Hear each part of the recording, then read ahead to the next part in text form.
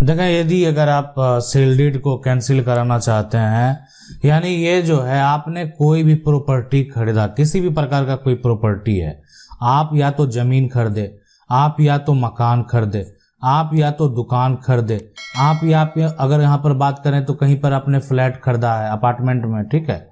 तो ये जो भी आप खरीदे हैं, जमीन हो, मकान हो या दुकान हो या कहीं अपार्टमेंट में आपने फ्लैट ले लिया है, जो भी आपका है उस पे क्या होता है कि एक सेल डीड तैयार किया जाता है, मतलब एक जो स्टाम्प है उस पे उसका रजिस्ट्री कर दिया जाता है और वो संपत्ति आपके नाम हो जाता है। लेकिन आपको अगर ये जो है ना, अभी अगर ये कैंसिल कोई करा, अच्छा खरीदने वाला कैंसिल क्यों कराएगा, एक तो ये हो गया। तो अगर खरीदने वाला को जो है प्रॉपर्टी सही प्राप्त नहीं हुआ है ना, प्राप्त नहीं हुआ या उसके साथ धोखा किया गया, उसके साथ जो है फर्जीवाड़ा किया गया, तो खरीदने वाला भी जो है वो सेल डीड को कैंसिल करा सकता है। लेकिन विक्रेता अगर चाहे, बेचने वाला जो खुद बेचा ही है, तो वो भी जो है सेल डीड को कैंसिल करा सकता है। मान लेते हैं, देखें ये जो जमीन है, ठीक है, ये जमीन आप जो खरीदे, अब या मान लेते हैं आप ये मकान खरीदे, आप इसमें जो है किसी कहीं पर आपने फ्लैट खरीद लिया, तो अब ये सवाल उठता है कि ये जमीन जो आपको दिया गया ना, तो जमीन का मालिक आपके साथ गलत कर दिया। जमीन का जो मालिक है ना, इसमें और हिस्सेदार थे, वो क्या किया कि परिवार का जो है दूसरे भाई का भी शेयर बेच दिया। लेकिन ये कैंसिलेशन एक विक्रेता अगर चाहे कि मेरे साथ गलती किया गया है, ठीक है, ये एक विक्रेता तभी करवा सकता है जब जो इसमें जो हिस्सेदार है, जमीन के मालिक में है ना, जो जमीन का मालिक है उसमें और जो हिस्सेदार है उसको अगर आपत्ति है, अगर वो व्यक्ति आपत्ति दर्ज कराता है तो कैंसिल करा सकता है। इसलिए कि देखें, किसी का भी शेयर और हक नहीं बेचा जा सकता है। अगर मान लेते हैं ये प्रॉपर्टी दो भाई के नाम से है, एक का नाम राजेश है, दूसरा का नाम विनोद है ना, अब ये पूरी जो जमीन है ये राजेश विनोद के नाम से है और राजेश जाके प्रॉपर्टी को बेच देता है ना, तो विनोद का क्या होगा, विनोद का भी तो शेयर है। इतना ये भी अगर आप कहेंगे कि हाँ राजेश आधा बेच सकता है ना, आपके मन में सवाल आएगा कि राजेश जो है वो आधा तो संपत्ति बेच सकता है, लेकिन देखें ये तभी बेच सकता है जब ये दो प्रॉपर्टी जो है ये पूरा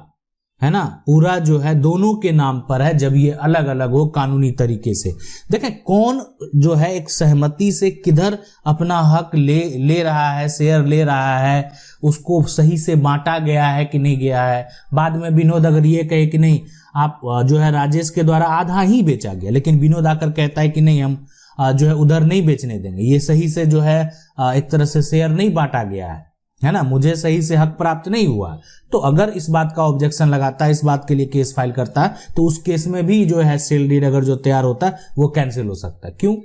इसीलिए कि आप किसी का जो है जो अधिकार है, जो कानूनी हक है, आप उसको नहीं ले सकते। अगर आप लेते हैं और वो व्यक्ति खुद न्यायालय में जाता है, तो वो अगर कोई सेल डीड तैयार भी हो गया तो उसको कैंसिल करवा सकता है, ये उसका अधिकार है। अब सवाल ये उठता है कि ये तो ठीक है, जमीन का बात है, जमीन में अगर ये समस्या है, इसके अलावा क्या क्या समस्या हो सकता है। देखें इसके अलावा जो अभी वर्तमान में बहुत सारे मामले हैं जो धोखा किया गया है, वो ये किया गया है कि गलत तरीके से जो है जमीन का म्यूटेशन करवा लेता है ना, और म्यूटेशन के आधार पर जमीन का बिक्री कर देता है।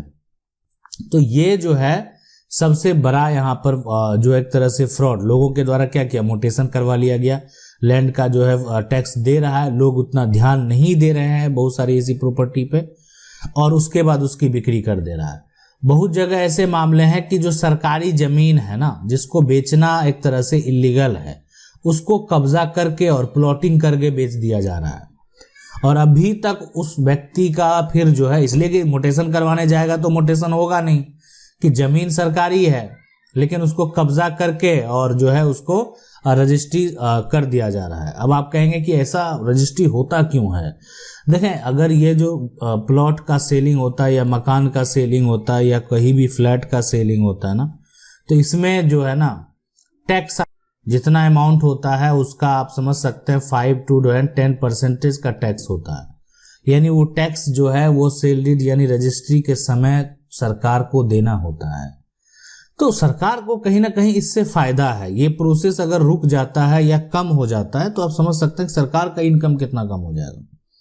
तो इसलिए इसमें जो है स्टेप हो गया कि रजिस्ट्री का जो प्रोसेस है कहीं ना कहीं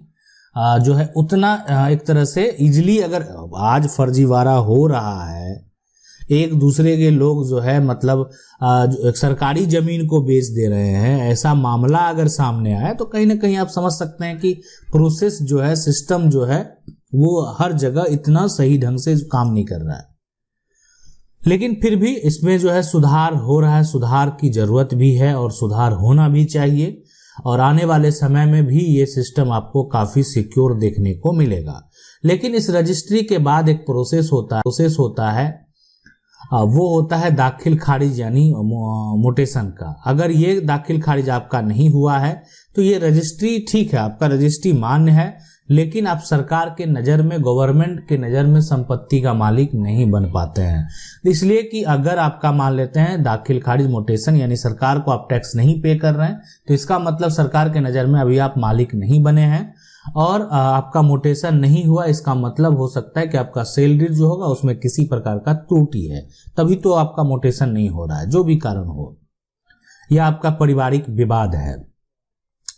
तो ये सभी जो है इस तरह का जो समस्या है, अगर ऐसा होता है, अगर वो समस्या जमीन के साथ हो, आपने मकान खरीदा, मान लेते हैं किसी का जो है ये मकान अगर बात करें तो पिता के नाम मकान है और उसका जो है एक मकान पिता के नाम है और पिता के 2 बेटे हैं, है ना, 2 बेटे हैं, या मकान जो है वो दादा का है, अब ना दादा है ना पिता है, 2 बेटे हैं। तो ये 2 बेटे जो हैं उसमें से एक बेटा मकान बेचना चाहता है, सीधी सी बात है। एक बेटा जो है मकान बेचना चाहता है और दूसरा बेटे को उस बात से आपत्ति है, ठीक है। तो एक बेटा अपने मन से मकान नहीं बेच सकता है और बेचेगा भी तो पहला जो कस्टमर होगा, पहला जो देना होगा वो अपने भाई को ही देना होगा। इसलिए आप ठीक है, आप जो मकान है उसको बेच रहे हैं तो पहला ये जो एक तरह से प्रायोरिटी है वो देना होगा अपने भाई को, इसलिए कि वो आपका अर्जित संपत्ति है, नहीं कि आप स्वतंत्र हैं। पिता की संपत्ति है, दादा की संपत्ति है और इसलिए ये कानून है। ऐसे बहुत सारे मामले सुप्रीम कोर्ट में गए हैं और वहां पर जो है सेल डीड को कैंसिल किया गया। मतलब दूसरा आदमी अगर खरीद लेंगे, एक भाई अगर उस बात, ठीक है, भाई सपोर्ट कर दिया, जो विक्रेता है ना, और जो खरीदने वाले के दस्तावेज में उस भाई का भी सपोर्ट है कि उनको कोई आपत्ति नहीं है, ठीक है, वो भी गवाह है उसमें, उनको कोई दिक्कत नहीं है, वो अपना अलग कर लेंगे, ठीक है, तो कोई दिक्कत नहीं। लेकिन अगर वो खरीदना चाहते हैं तो पहला वो कस्टमर आपका वही है, पहले आपको उन्हीं को देना होगा। देखो फ्लैट के साथ भी होता है, इसमें भी जो है रजिस्ट्री होता है, रजिस्ट्री के बाद इसका लोग दाखिल खारिज कराते हैं, मोटेशन कराते हैं, सरकार को टैक्स देते हैं। सारा जो प्रक्रिया होता है लगभग वही होता है। इसमें आप कौन सा पोजीशन खरीदे, आपका पार्किंग जो है वो कितना है, या आपका पार्किंग है कि नहीं है, वो सारा कुछ इस पेपर पे मेंशन किया जाता है। साथ में अगर मान लेते हैं कुछ एक्स्ट्रा फैसिलिटीज आपको दिया जा रहा है तो वो भी दस्तावेज पे जो है मेंशन कर दिया जाता है कि भविष्य में आपको किसी प्रकार का कोई भी समस्या उत्पन्न नहीं हो। उसके बाद यानी बहुत देखें कि उसमें आपको कितना एरिया दिया गया है, आप कितने एरिया के मालिक हैं, आपने कितना एरिया खरीदा है और उसके लिए कितना पैसा चुकाया है, आप किस साइड में है, किस पोजीशन में है, उसका एक एग्जैक्ट पोजीशन जो है वो सारा कुछ मेंशन कर दिया जाता है, ताकि जो समस्या, साथ में जो एक तरह से फैसिलिटीज में आपको क्या क्या बोला गया था और क्या क्या दिया गया वो सारा पेपर पे लोग इंक्लूड करवा लेते हैं, ताकि देखें भविष्य में कोई किसी प्रकार का कोई भी मान लेते हैं समस्या हुआ तो आप दावा कर सकते हैं ना। पार्किंग का मान लेते हैं, ठीक है, पार्किंग दे दिया गया, पार्किंग का बहुत में देखेंगे पेपर में पोजीशन डिक्लेयर नहीं किया जाता है, लेकिन आपको दस्तावेज पे अपना पोजीशन भी जरूर डिक्लेयर करवा लेना चाहिए, ठीक है। बहुत लोगों का सिर्फ एक पार्किंग लिखा हुआ रहता, पोजीशन जो है ना वो नहीं दिया रहता, तो वो सबसे बड़ा दिक्कत बहुत लोगों के साथ आगे चल के आता है। कहीं भी, इसमें भी फ्लैट में भी मान लेते हैं फ्लैट जो है दूसरे के नाम पर है, ये आपके पिता के नाम पर है, आपके माता के नाम पर है। अब बाद में भविष्य में अब एक फ्लैट है ना, एक फ्लैट को आधा आप किसी दूसरे को नहीं बेच सकते हैं। उसमें से अगर कोई एक लेने को तैयार है तो ठीक है, नहीं तो दोनों मिलकर आप किसी जो है एक तरह से तीसरे को बेच सकते हैं। तो ये पॉसिबल है कि आप अपनी संपत्ति जो है दोनों मिलकर किसी तीसरे को दे सकते हैं। तो ये प्रक्रिया किया जा सकता है, इसलिए कि ये जो है एक पॉसिबल प्रक्रिया है। ठीक है, आशा करते हैं वीडियो अच्छा लगा होगा। वीडियो को लाइक जरूर करते हैं। चैनल को पहली बार देख रहे हैं, सब्सक्राइब करके जो बेल आइकन है उसको जरूर दबा लें। मिलते हैं अगले वीडियो में, तब तक के लिए जय हिंद।